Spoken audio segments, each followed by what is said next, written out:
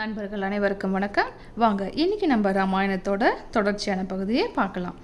தன் தந்தை விச்ரவசிடம் ராவணனும் கும்பகர்ணனும் விபீஷ்ணனும் தாங்கள் பெற்று வந்த வரபலத்தை பற்றி கூறினர். தன் தாயிடமும் கூறினர். அதை கேட்டு அவர்கள் இருவரும் மிகவும் மகிழ்ச்சி அடைந்தனர். தன்னுடைய பேரன்கள் அபூர்வமான வரங்களை பெற்றுக்கொண்டு வந்துள்ளனர் என்ற செய்தியை மாலியவானும் சுமாலியும் அறிந்தனர். மிகவும் மகிழ்ச்சியடைந்தனர். எனவே அவர்கள் பயம் நீங்கியவர்களானார்கள். உடனே சுமாலி தன் பரிவாரங்களை அழைத்து கொண்டு ராவணனை காண புறப்பட்டான். அவன் அண்ணனான மாலியவானும் அவனுடன் புறப்பட்டான். மாரீசன், பிரகஸ்தன், விருபாட்சன், மகோதரன் போன்றோரும் அவனுடன் புறப்பட்டனர். எல்லோரும் விச்ரவசின் ஆசிரமத்தை அடைந்தனர்.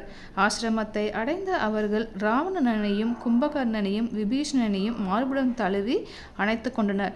உச்சி மோந்தனர். பின்னர் சுமாலி தன் பேரனான ராவணனை பார்த்து பேசத் தொடங்கினான். அவனிடம், குழந்தாய், எங்களுடைய நீண்ட நாள் எண்ணத்தை நீ நிறைவேற்றிவிட்டாய். உலகநாதரான பிரம்மதேவரிடம் நீங்கள் சிறப்பான வரங்களை பெற்றிருக்கிறீர்கள். முன்பு மகாவிஷ்ணுவிற்கு பயந்து நாங்கள் பாதாள உலகிற்கு சென்று ஒளிந்து கொண்டோம். அந்த பயம் இன்றுடன் நீங்கியது. இனிமேல் பழையபடி நாம் இலங்கை நாட்டை தடையின்றி பெறலாம். தற்போது உன் தமையனான குபேரன் இலங்கையை ஆண்டு வருகிறான். அவனிடம் சமாதான முறையில் பெற்றாலும் சரி, தானமாக வாங்கினாலும் சரி, எப்படியும் இலங்கையை அடைந்தே தீர வேண்டும். இலங்கைக்கு நீ முடிசூட்டி கொள்ள வேண்டும். நம்முடைய குலம் பழையபடி செலுப்படைய வேண்டும். நீ இலங்கையை ஆள வேண்டும். தாழ்ந்த நிலையில் இருக்கும் அரக்கர் குலம் இனி மேன்மையடைய வேண்டும். அதனை செய்வாயாக என்று கூறினான். அதற்கு ராவணன், தாத்தா, தாங்கள் இப்படி சொல்வது நியாயமல்ல. குபேரன் என்னுடைய தமையன், என்னால் வணங்கத்தக்கவன். அவனிடம் பகை கொண்டு நாட்டை பெற முயற்சிப்பது தகாது என்று சொன்னான். அப்பொழுது பிரகஸ்தன் பேசத் தொடங்கினான். அவன் ராவணனின் தாய் மாமன். ராவணனின் தாயான கைகசியின் உடன் பிறந்தவன். அவன் ராவணனை பார்த்து, தசக்ரீவா, மகாவீரனான நீ இப்படி சொல்லலாமா? போர்க்களத்தில் அண்ணன் தம்பி என்ற முறை ஏது? காசியப்பரின் 2 மனைவியருள் திதி என்பவளுக்கு பிறந்தவர்கள் அரக்கர்கள், அதிதிக்கு பிறந்தவர்கள் தேவர்கள். அவர்களுக்குள் போரிட்டு கொள்ளவில்லையா? அது போன்றதுதானே உங்கள் கதையும். விச்ரவசின் முதல் மனைவியான தேவவன்னிக்கு பிறந்தவன் குபேரன். அவருடைய 2வது மனைவியான கைகசிக்கு பிறந்தவர்கள் நீங்கள். அப்படி இருக்க அவனிடம் பகை கொள்ள என்ன தடை இருக்கிறது? நல்ல முறையில் கேட்டால் அவன் நாட்டை தரமாட்டான். அதனால் பகை கொண்டு போரிட்டுத்தான் பெற வேண்டும். நம்முடைய இலங்கையை மகாவிஷ்ணு வெற்றி கொண்டு தேவர்களுக்கு கொடுத்தார். இப்பொழுது நாம் வலிமை பெற்றிருக்கிறோம். இந்த நேரத்தில் அதனை பெறாவிடில் நாம் பெற்ற வலிமையும் வரமும் வீணாகிவிடும் என்று கூறினான். தாய்மாமன் கூற்றிற்கு ராவணன் செவிசாய்க்க தொடங்கினான். பிரகஸ்தன் கூறுவது அவனுக்கு சரியென்று தோன்றியது. எனவே அதை பற்றி ஆலோசிக்க தொடங்கினான். சில நாட்கள் சென்ற பின்னர் ஒரு நாள் ராவணன் தன்னுடைய நண்பர்களுடன் இலங்கைக்கு அருகில் உள்ள தோட்டத்தில் உலாவிக் கொண்டிருந்தான். அப்பொழுது இலங்கை நகரின் அழகு அவனை கவர்ந்தது. இலங்கையை பெற்று ஆள வேண்டும் என்ற அவன் மனம் துடித்தது. உடனே தன் மாமனான பிரகஸ்தனை அழைத்து, மாமா, நீ உடனே குபேரனிடம் செல். சமாதான முறையில் அவனிடம் பேசு. நாட்டை நான் விரும்புவதாக அவனிடம் தெரிவித்து விட்டு வா என்று கூறினான். இதை கேட்டு மிகவும் மகிழ்ச்சியடைந்த பிரகஸ்தன் நேரே இலங்கைக்கு சென்றான். அந்த உயர்ந்த அரண்களையும் மாட மாளிகைகளையும் கூட கோபுரங்களையும் கண்டபடி குபேரனை அடைந்தான். அவனை வணங்கினான். குபேரனும் அவனை தக்கபடி உபசரித்தான். பின்னர் பிரகஸ்தன் குபேரனை பார்த்து, குபேரா, பெரிய தோள்களையும் 20 கைகளையும் 10 தலைகளையும் உடைய உன் தம்பி தசக்ரீவன் என்னை இங்கு அனுப்பி வைத்தான். அவன் சொல்லி அனுப்பியவற்றை நான் சொல்கிறேன்.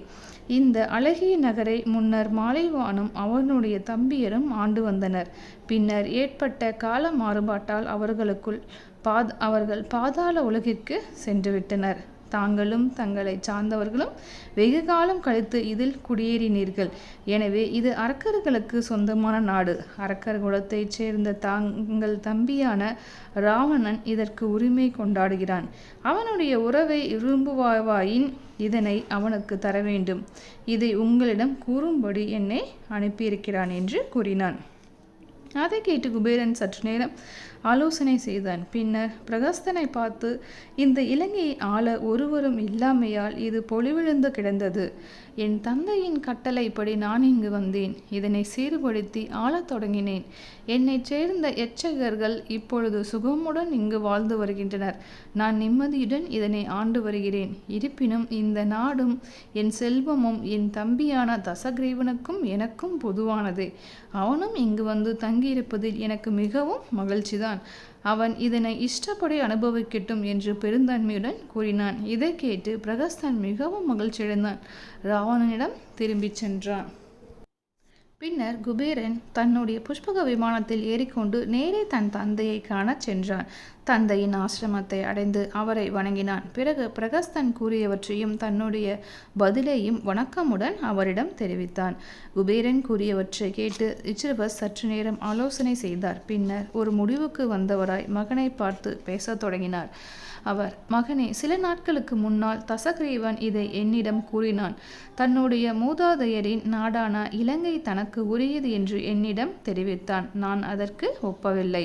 அவனை கண்டித்து பேசினேன். இருப்பினும் அந்நகரை ஆள்வதிலேயே அவன் நாட்டம் உடையவனாய் இருக்கிறான்.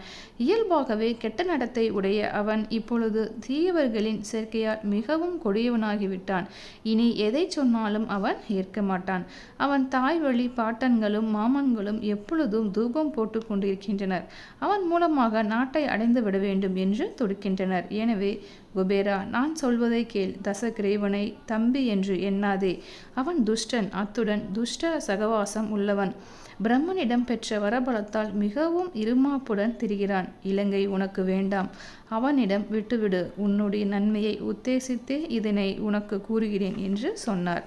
தந்தையின் வார்த்தையை குபேரன் அங்கீகரித்து கொண்டான். பின்னர் அவரிடம், தந்தையே, தங்கள் கட்டளைப்படியே செய்கிறேன். இனி நான் எங்கு சென்று வாழ்வது, அதனையும் தாங்களே கூறிவிடுங்கள் என்று பணிவுடன் வேண்டினான். அவனுடைய வார்த்தையை கேட்டு விச்சிரவஸ் மிகவும் மகிழ்ச்சியடைந்தார். பின்னர் அவனிடம், மகனே, வடக்கே மிகப்பெரிய இமயமலை என்ற மலை உள்ளது. உமையம்மையுடன் சிவபெருமான் வாழும் கையிலை என்னும் மலையும் அதன் ஒரு பக்கத்தே உள்ளது. அங்கே மந்தாகினி என்ற புண்ணிய நதி ஓடுகின்றது. அதில் தங்க தாமரைகள் மலர்கின்றன. தேவ கந்தர்வ கிண்ணறர்கள் அங்கு ஆனந்தமாய் வாழ்ந்து வருகின்றனர். அங்கு ஏராளமாய் சோலைகள் உள்ளன. கங்கை ஆறு அங்குதான் உற்பத்தியாகின்றது. இத்தகைய பல சிறப்புகளை உடைய இமயமலையையே இனிமேல் உன் இருப்பிடமாக கொள். உன் சுற்றத்தாருடனும் பரிவாரங்களுடனும் சென்று அங்கு தங்கிக்கொள். ராவணனிடம் எந்த உறவையும் வைத்து கொள்ளாது என்று கூறினார். தந்தையின் கட்டளையை குபேரன் தலைவணங்கி ஏற்றுக்கொண்டான். அப்படியே செய்வதாக அவரிடம் கூறி அவருடைய நல்லாசைகளை பெற்றான். பின்னர் புஷ்பக விமானத்தின் மூலம் இலங்கைக்கு திரும்பினான். தன்னுடைய மனைவி, மக்களையும் சுற்றத்தாரையும் பரிவாரங்களையும் நகரவாசிகளையும் புஷ்பக விமானத்தில் ஏற்றிக்கொண்டான்.